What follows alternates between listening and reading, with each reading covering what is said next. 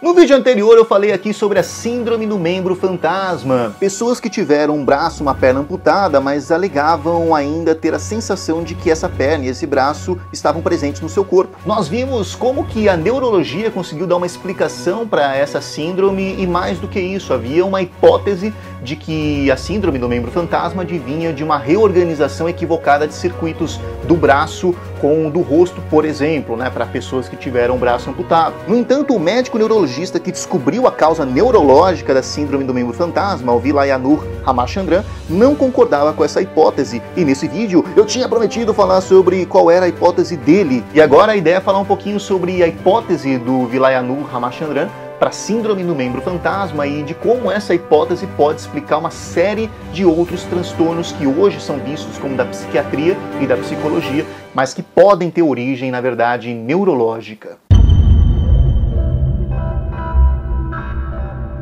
Muito bem, você deve se lembrar que a hipótese que foi criada aí para explicar a síndrome do membro fantasma era a de que havia um circuito de operação de percepções do braço que fica do lado do circuito de percepção do rosto, E por conta da amputação do braço, você tinha uma reorganização desse circuito que acabava meio que se embolando, se enrolando ali com o circuito do rosto, e aí estímulos do rosto acabavam dando a sensação para essa pessoa com o braço amputado de que havia um estímulo do braço que ela não tinha mais. No entanto, havia uma série de alegações do Ramachandran em termos bioquímicos, porque esse rearranjo neuronal não poderia acontecer instantaneamente como acontece ou como sugere os experimentos. E aí o Ramachandran cria uma segunda hipótese que se baseia na prerrogativa de que existem, de forma simplificada, no mínimo 3 circuitos envolvidos na síndrome do membro fantasma e não apenas 2, quer dizer, não é apenas o circuito de percepção do braço e o circuito de percepção do rosto. O que existe, na verdade, é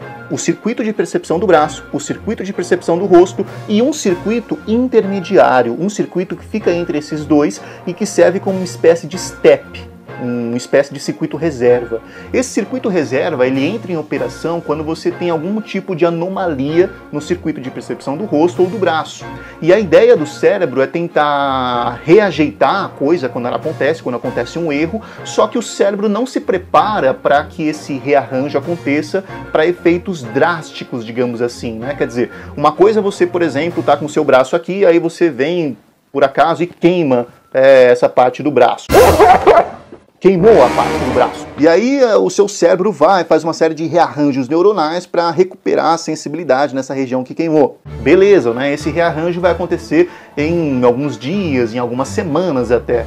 O cérebro dá conta de fazer esse rearranjo num tempo longo. No entanto, quando acontece uma coisa muito mais violenta e instantânea, que é a amputação total de um braço, o cérebro não tem tempo para fazer esse rearranjo. E aí esse circuito intermediário, que servia como um step, como um circuito reserva, ele entra em cena de uma forma mais desorganizada ainda. É ele que vai acabar se reorganizando com os circuitos do rosto e dando como efeito, como consequência, a sensação de que estímulos no rosto geram estímulos no braço. Note que essa explicação ela já dá conta daquela pergunta sobre o tempo curto que ocorre entre a amputação do braço e a alegação da pessoa de que ela sente esse braço fantasma, Quer dizer, se eu tenho um circuito intermediário que já está conectado com os circuitos do rosto e do braço, esse circuito intermediário já entra em cena logo após a sua amputação, a amputação do braço. Mas não é só isso.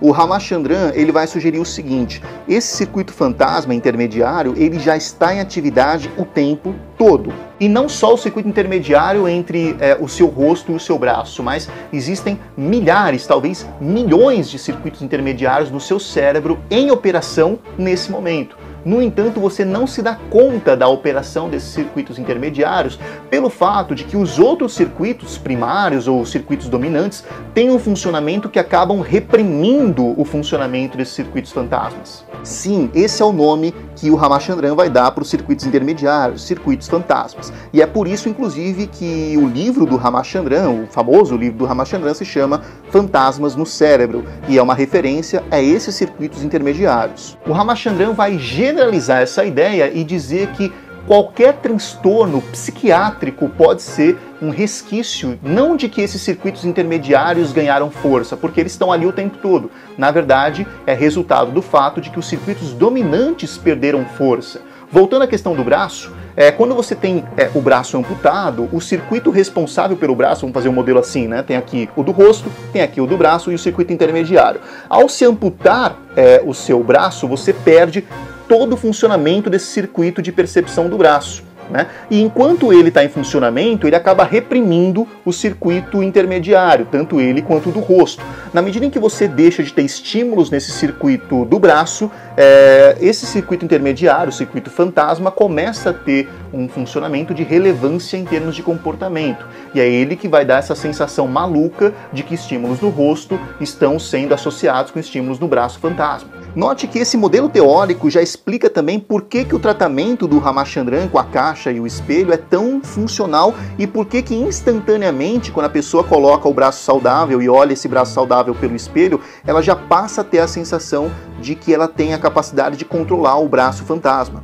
Essa técnica é chamada de feedback visual, né? Quando você consegue olhar no espelho o braço saudável e ter a sensação de que você está controlando o braço amputado, imediatamente aquele circuito do braço amputado volta a ter atividade. E a atividade desse circuito do braço amputado reprime a atividade do circuito intermediário. Então, o circuito do membro fantasma passa a ter ofuscamento, digamos assim, em termos de funcionamento, e volta a ter dominância entre o circuito do rosto e o circuito do braço. Esses circuitos passam a ser dominantes em relação ao intermediário e a pessoa passa a ter a sensação de controle do braço.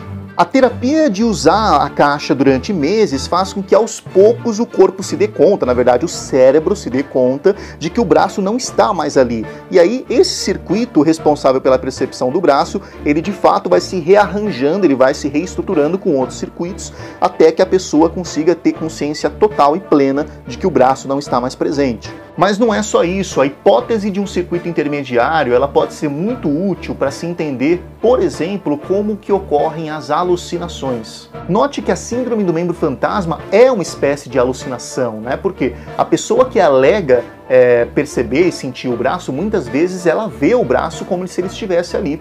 Portanto, existem outros circuitos intermediários que estão participando desse transtorno, e não só desse transtorno, como, de acordo com Ramachandran, muito provavelmente de todos os outros transtornos psiquiátricos. A esquizofrenia também poderia ser explicada por um circuito intermediário. Uma pessoa que tem esquizofrenia provavelmente tem uma redução de atividade dos circuitos dominantes, o que faz com que os circuitos intermediários que conectam diferentes percepções comece a ganhar uma relevância de funcionamento e traga uma alucinação auditiva ou visual. Geralmente, o esquizofrênico tem uma alucinação auditiva, ele ouve vozes. Nos próximos vídeos eu vou falar mais sobre outros transtornos neurológicos que podem acabar reforçando essa prerrogativa do Ramachandran de circuitos intermediários, como por exemplo a nosognosia.